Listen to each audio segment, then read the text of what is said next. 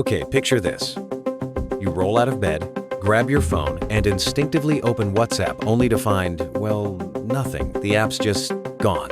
No error, no warning, just silence. How do you even begin your day without that flood of notifications? Honestly, I'd probably think my phone just glitched out. You know that feeling when your Wi-Fi acts up? I'd be toggling airplane mode, blaming the router, maybe restarting my phone 3 times before admitting, wait, something's seriously off. And it's hilarious, because half of us would probably text a friend to ask, is your Instagram down? Except, oops, there's nowhere to send that SOS. Right, and you can almost hear the national outrage. People calling their service providers, thinking it's a network blackout. But nope, it's just social media hitting the big snooze button on our lives. Now, if we stretch this scenario, imagine the panic in the influencer world. I mean, some people would be staring at their ring lights, wondering what to do with all that extra time and zero audience. Yeah, content creators would be live tweeting their tears if only they could, and brands would be scrambling like, wait, how do we talk to customers now? Snail mail? It'd be chaos, especially when businesses rely so much on those platforms. Totally. You'd have marketing managers dusting off old email lists and realizing they can't just DM people memes anymore.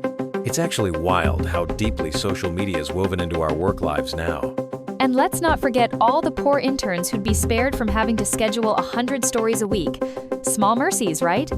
But after that initial panic, something curious would happen.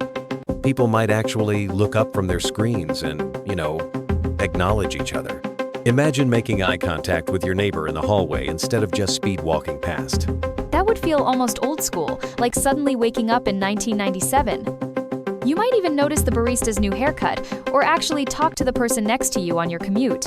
It sounds simple, but that shift would be huge after years of digital autopilot. It's funny, because we're so used to scrolling past real people, but suddenly everyone becomes a little more real. Even the colleague you only ever DM'd might become someone you have to greet at the coffee machine. Exactly.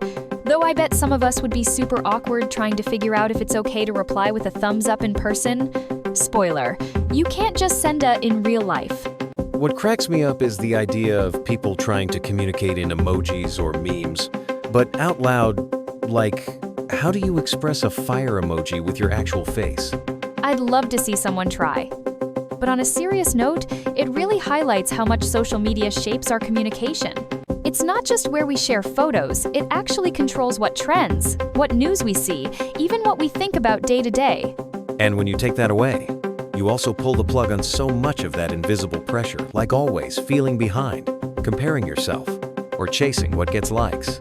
There's a weird relief in that, isn't there? Without the constant scroll, maybe we'd finally get a break from comparison, doom scrolling, and that urge to go viral for everything. But as tempting as a digital detox sounds, we can't ignore the flip side. Social media isn't just for fun. It's where businesses, artists, and even students find community and opportunities. Losing that would be a real blow for a lot of people. Definitely. Activists would lose their megaphone. Students would miss out on learning groups. Small businesses would have to rethink how they reach customers. It's like we've built half of modern life on these platforms. And friendships. Let's be honest, some relationships only survive because of a steady diet of likes and story reactions. Without those, I bet some connections would just fade away. Yeah, it's painful, but true. No more scene receipts or heart emojis. Suddenly we'd have to put in real effort to stay in touch. It's wild how much our social lives depend on these simple digital signals. So if social media vanished tomorrow, life wouldn't totally collapse, but it would slow down. We'd be forced to actually talk, to pay attention, and maybe rethink how we connect with each other. Makes you wonder, are we missing out on real life by disappearing into our feeds every day? Maybe we need a little less scrolling and a little more real conversation. That's the heart of it. It's not just about the apps disappearing. It's about whether we've let ourselves disappear inside them. Food for thought, right? Absolutely. Maybe the real reset isn't losing social media, it's remembering what matters outside of it. This is Unfiltered Tomorrow, and honestly, I think we could all use a little more unfiltered reality.